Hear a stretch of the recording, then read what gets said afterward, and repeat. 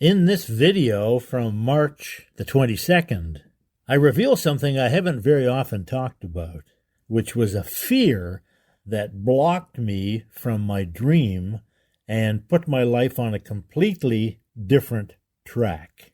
When I learned to overcome this fear, my life was transformed completely. I started writing, speaking in public, and eventually traveling the world, teaching people how to overcome their fears and achieve their dreams. In 2023, I was invited to give a talk in England, and while I was there, I visited my hometown of Bedford.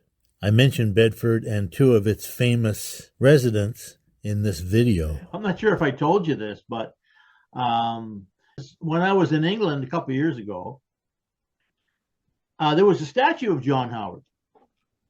A statue of who? John Howard, the guy that's, the society's named after, right? The other person I'm thinking of is the guy that wrote Pilgrim's Progress. Yes. Who was John Bunyan. Yes. But he lived in Bedford too. As a matter of fact, he was imprisoned in Bedford. He was sent to jail for preaching without a license. Oh yeah, is that okay? You say okay, right?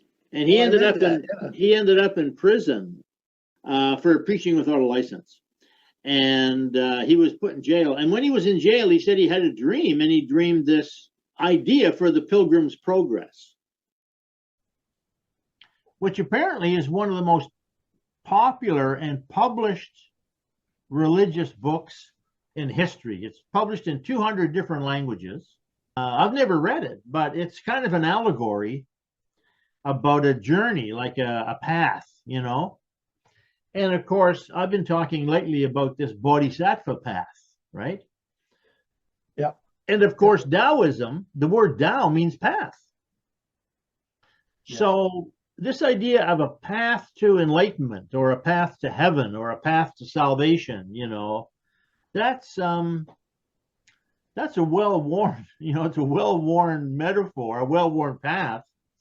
And it was that kind of triggered me to call my society the Life Track Society, the idea of putting yourself on a new path, or in my case, a new track, And so this idea of being on the path, and you might not have had time to watch the video I did with Greg last week, because I sort of watched a little bit, but I got sidetracked. Yeah, I actually just posted it. I just put it up on YouTube about an hour ago, or maybe a couple hours ago, and I put a link in the Mental Magic group.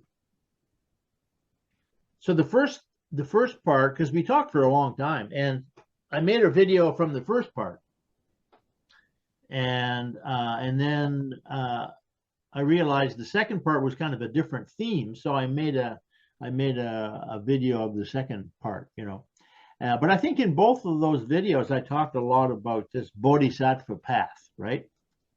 And I've been talking about this, this book, the way of the bodhisattva, in other words, the path of the bodhisattva, right? Bodhisattva is a person who's waking up, is on the path to waking up, right? And so,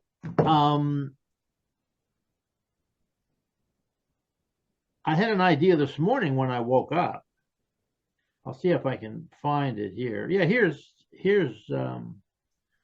one manifestation of it here. Can you see this? Yeah. Stopping smoking is a path to enlightenment, right?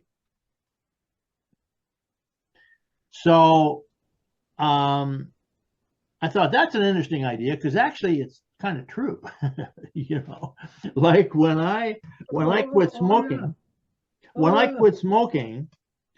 the reason that I quit smoking was because I had this very nebulous concept at the time, probably from reading Buddhism, because I've been reading, about bodhisattva path and whatever Buddhism for ever since I was a teenager. I think, or even maybe before. And so the idea of this sort of waking up, becoming conscious, doing things. Now this is Michael coming in here. So the idea of being on the path, to enlightenment, that's always kind of appealed to me. And so when I quit smoking, one of the main ideas that allowed me to make the decision and to quit, to actually follow through and quit smoking, was the idea that I was on this path to being, more awake. And so when I tried to quit smoking and I couldn't do it, it blew my mind how sort of tricky it was and how unconscious it was. And so I remember saying to myself, if I can't quit smoking, well, I'm never going to be able to be an entrepreneur and be a spiritual person and, be on the path to enlightenment or any of those things, which at the time were just sort of quite nebulous things in my mind. They weren't necessarily goals, but, they were certainly my interest, my bliss, you might say, right? And so the idea of quitting smoking for me being sort of a first step. If I can quit smoking, I can do this, right? And so I was really motivated to quit smoking because I literally remember thinking, if I can't quit smoking, then my life isn't worth living. Which sounds pretty extreme, but in actual fact, I think you have to get to that level. At least trying to do something like stop an unhealthy habit like smoking or drugs or something like that. Because the truth is, if you're not that committed, then you're not committed enough. You've got to get to the place where you're so focused and so on purpose, and it's so important to you that, you focus everything you've got on it, right?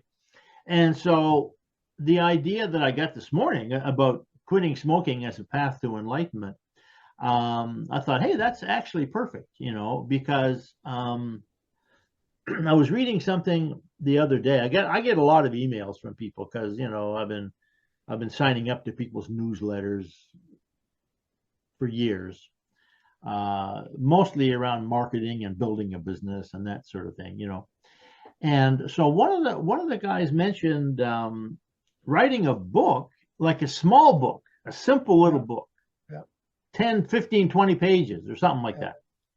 And then putting it on Amazon as either a Kindle book or a little ebook or something, selling it as a way to promote your thing. You could say public speaking as a path to enlightenment if you want, and write a little book, and people would go, whoa, I never thought of that before, and you would, ideally attract people who, are sort of spiritually minded, willing to put in some work and see overcoming their fear of speaking, let's say, as an obstacle on the path, right? And so from that standpoint, you don't have to write a novel. Having 10, 20, 30 pages is perfect. It's manageable. And just to catch people's attention, just to say, hey. Exactly. So anyway, that's what I thought. And I'm glad I did, because many times in the past, I've used the fact that I stopped smoking. And I've used that to motivate myself to do other things, start a business, write a book, finish my book, whatever it might be, learn a language, because it was so difficult to get over the smoking habit, right? That I learned so much through it. And, we've talked about that before, focusing and the 1 minute goal and that sort of thing, So one of the things I realized, I've been listening to this guy that you probably heard me talk about him. He's giving a series of talks on the way of the Bodhisattva, right? Yep. And this is my favorite book. I've talked about it before. But it's tricky, because it's a philosophy book, really. and it was written in the 8th century. So, you know, the language can be kind of obscure if you're not into it. And so you need somebody to walk you through it, you know. And so this guy is a Buddhist monk, and he's a professor of Buddhist studies or something, but he looks like a monk anyway. But he's, you know, he spent years in the monastery and trained under these, you know, great teachers and everything. But his English is pretty good. Once you get used to his accent, his you know, he really knows his stuff. So I found him really really helpful to listen to, and so I've been listening to him now every day for about a month. Every day I listen to one of his lectures, and it blows my mind every single time, you know, because it's just like, of course, it's so profound, you know, how come I didn't think about that? And so one of the things that he was talking about today, and I'll send you a link to it. He was talking about, you know, he said, you know, one of my students asked me about meditation. How do you meditate, right? And so what he said was, and I thought this was so right on, you know. He said, well, people think of meditation as, you know, you get on the cushion. That's what he called it, you know, when you're on the cushion, right? And he said, yeah, you know, that's true. That's where you practice, right? That's where you practice these various techniques and things. But he said, actually, when you get into it, what you realize is, when you're serious, you know, about being on the path there, he said, actually, you're always meditating. You meditate all the time, you know? Yeah. And I thought, well, of course that's true, right? I mean, it's like playing the piano. You know, let's say you were learning piano and you were practicing the piano. You practice every day at home for an hour, and then you go to a party and somebody says, could you play us a tune on the piano? And you say, well, no, I only do it between 7 and 8 in the morning at home. Well, of course, it's silly, right? The reason that you practice is so that you can play. You can play in a band, you can play when somebody wants to sing, or you can play, you know, whatever, right? You can play it. So I realized, of course, it's the same thing. So you do this meditation every day. And he says, you know, if you can only do it for a minute, that's okay. Or 5 minutes, that's okay too, you know. Do it as long as you can do it. And then you can do it again later on. But he says, you know, and of course I realize this is absolutely true. Then you run into a problem, you know, you find yourself losing your temper or something, or being upset or angry or depressed, or, you know, whatever it might be. And you have to kind of go back, you know, I got to control my mind, you know, take a breath, get back, you know. So he says you're meditating all day long, right? So I thought that was pretty interesting. Well, you're saying you're following the Buddhism is, you know, life is suffering, and the whole idea of Buddhism is cessation of suffering. So if I'm smoking, I'm attached to smoking, I'm suffering. So if I stop smoking, then I freed myself from that suffering, you know, like anything. So that's to me, that's the connection when you say, yeah, well, exactly stopping right. Smoking is the path to enlightenment. Well, one of the things that he says in there is that, you know, he said, everything comes down to the 4 noble truths, right? So the first noble truth is life is painful or suffering. Yeah. But he says, you know, the word he uses is stressful. Yeah. He said, you know, life is stressful. Well, that's hard to argue with, right? I mean, you know, some people say, oh, everything is pain, you know. Buddhism is so negative because it says everything is pain. Well, that's not what he's saying. You know, basically what he's saying is life is stressful. That's, you know, life is difficult. He's relating to people today, yes. Yeah, exactly. So that's what he means by the pain. You know, and he said, so the second truth is there's a cause for it. And the third truth is you can stop the cause, you can stop it from happening. And there's a way to do that. That's the fourth one. There's a path, right? There's a path out of it. So okay. I was thinking of something this morning, and you've probably heard this before. I'm not sure where I heard this, but you might have heard it. And I think it was something like, the way out is the way through. Have you heard Yes. that? It's like Yes. you don't Yep. avoid it. You get through it. You get Yep. into it. You pick it apart. And the image I always have is like unraveling a ball of string, like there's no way to do it until you just kind of get into it and you find that thread and you kind of tease it out and then you find another and eventually, you unravel the whole thing. So that's what your thoughts are like. So the only way That's to what I get do in the through, public speaking with the fear. You have fear, move through the fear. it's You the still only may move way, through it, right? you still Figure may out have what's some fear causing the with it, but fear. you Yeah. move through it. Yeah. Figure out what's causing the fear and then basically it goes away, right? And in the video that I did with Greg last week, I talked all about that. I talked about how I got angry and had an argument with a teacher, and then he sent me to the office. I had an argument with the principal. This was when I was in college.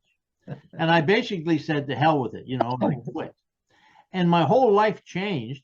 And I spent years, well, probably a decade or better part of a decade, literally in hell, and because I had given up on my thing, which was at the time it was studying photography. But what I had seen for myself was photography, movies, directing, acting, getting into making, being a filmmaker. And when I got angry and dropped out of school, I destroyed that. At least in my own mind, I destroyed it. Of course, I could have gone back, but I didn't want to go back at that point. I was angry. I said, forget it. So when I think about the person that I was back then, man, I was so angry and frustrated and feeling, cheated and ripped off and powerless. And when I think about that time, why did I feel that way? Like, what was the cause for that? And all that anger, Well, part of it was what was underneath it. Yeah. Well, part of it was because of that dream. Because in the dream, I'd seen myself, becoming a teacher and a writer and university professor and whatever. And because I had sort of packed in school, the year before I went to college, I felt that I'd ruined my life, right? And then so when I enrolled in this photography program at this college, which now has become, one of the best, if not the best, program of its kind in Canada. It's called Sheridan College, right? And it's like they produced so many filmmakers and animators and whatever. But anyway, but that was kind of underlying this thing. It was like I want to go to university, but I screwed up my chance to go to university. So I'm going to bail out and I'm going to study photography as kind of a second choice, I can't be a professor. I can't be, the writer, but I can maybe, I can make films, which I was interested in. So I'll take this photography course. And of course, I bailed out of that too because I just got angry. And what made me angry was that I was so afraid of speaking because I used to stutter, right? And it made me so embarrassed and so afraid to speak that I was in this class, and this was like the third or fourth day of the class, right? And the teacher said to me, Anthony, would you stand up and read, this paragraph on page 3 or something? And I said, no. And he said, why? Why not? And I said to him, if you don't know, I'm not going to tell you. And he said, get out of here. Go to the principal right now. Go and talk to the principal. And, what it was, and of course, if I'd have had the guts or if I'd have been aware enough, which I absolutely was not at that point, to say to him, I'm afraid to read because I stutter and I think it'll embarrass me. He probably would have said, oh, okay, no sweat. Here, Jack, you read it. But I didn't say that because I was hiding it. I was trying to appear like I had some confidence and I was a normal person, when in actual fact, I was chomping at the bit, to fight somebody or, whatever, because I was just so angry with myself and everybody else. Now, it took me years to figure this out. I mean, it took me years to understand this. At the time, I was just, because I didn't want to tell people. I'm afraid. I'm afraid people won't like me. I'm afraid I'm not good enough, something like that. And that I think was the source. What you're saying there, it's the same thing on the other side. The teacher wasn't open and empathetic enough to understand what's going on, could have worked with it. That's what a teacher's about. He wasn't. Instead, there was a confrontation and he kicked you out of the room. Well, I realized that too, yeah, exactly. I mean, if he'd have been maybe more mature, more aware, more something, he might have said, okay, no problem, I'll have somebody else read it, But for some reason, he just, Buddhism says this, right? Everything is because of a combination of circumstances, right? And so my anger, my frustration, maybe he was nervous, maybe he was, immature, maybe he was insecure in teaching, who knows? But the combination, it's just boom, And so I was going to show you something here. I'll share this picture. So this is in the first book I ever wrote.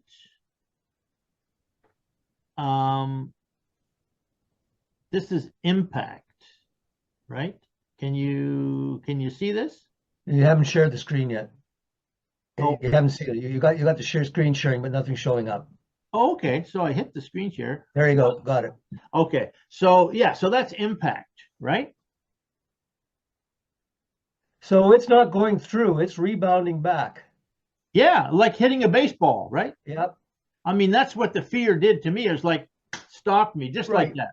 It was just bang, and it ruined my life, literally, for about 10 years, right? I mean, this anger, fear, whatever you want to call it, right? But there's another way of dealing with that. Here, I'm going to see if I can find it. See, this is the whole idea in your marketing, Anthony, is the stories, is the personal story. That little personal story is very powerful because I can relate to exactly what you're saying. That's right. And so you're not telling me what I need to do. But what did you do it took you 10 years to maybe find something to work through it. Exactly. So here's the alternative, right? Now, in my book, I talk about if you want to change your life, right? You can do it two ways. One way is by impact, right? And the other way is by repetition.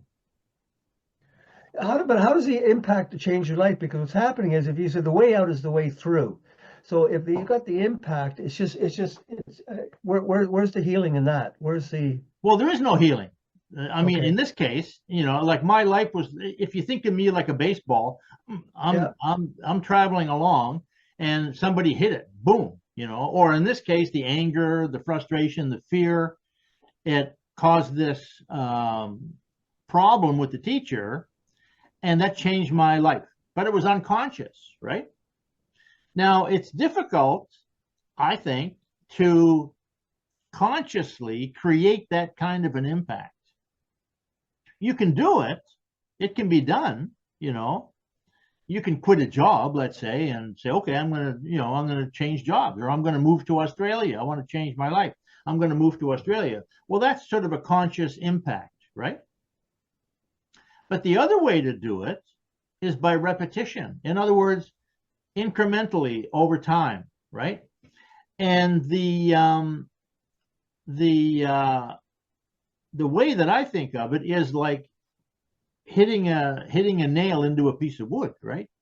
If you have a sledgehammer, you can do it in one shot. Boom, that's impact. But if you have a little hammer, you can hit it 50, 100 times, and eventually you'll get it in there.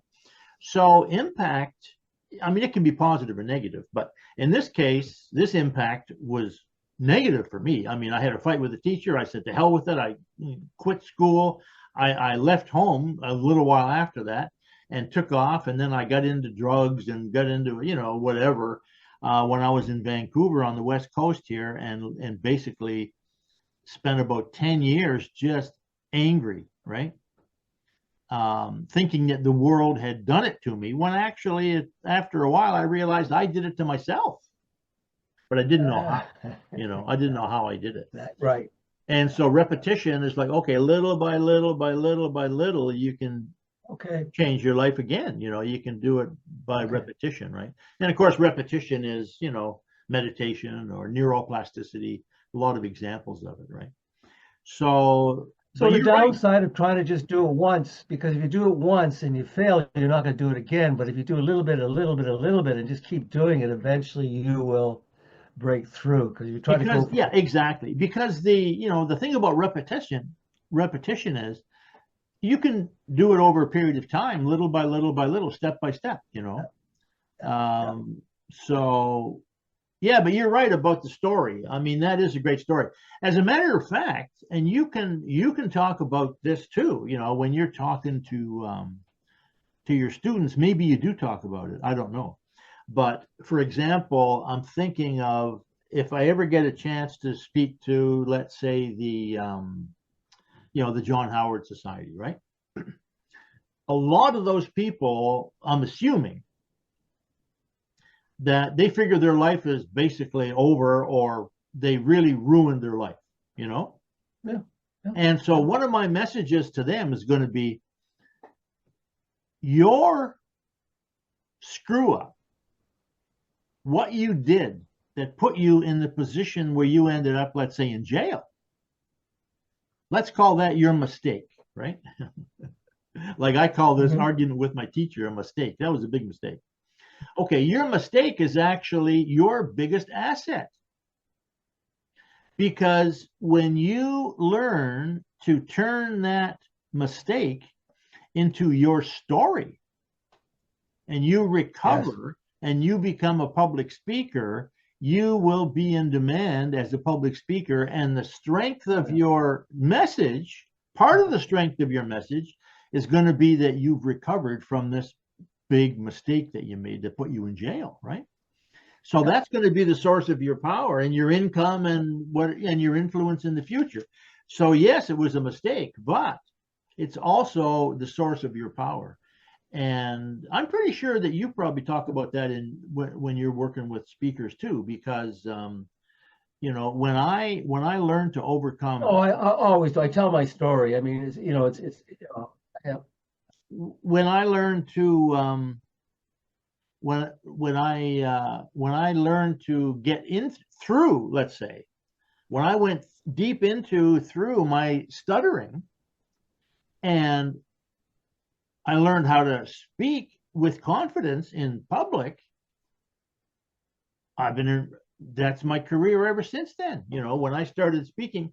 So getting through that fear of speaking that damaged my life so much for like 10 years.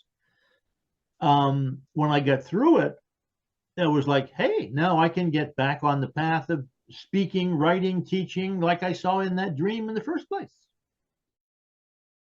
So there's a perfect example of turning your fear into power. For more information about this online community, to get your own copy of the book upon which this entire training series is based, either the ebook, the paperback, or the audiobook, go to mindtimeandpower.com, where you can also get a free copy of this Design Your Life workbook.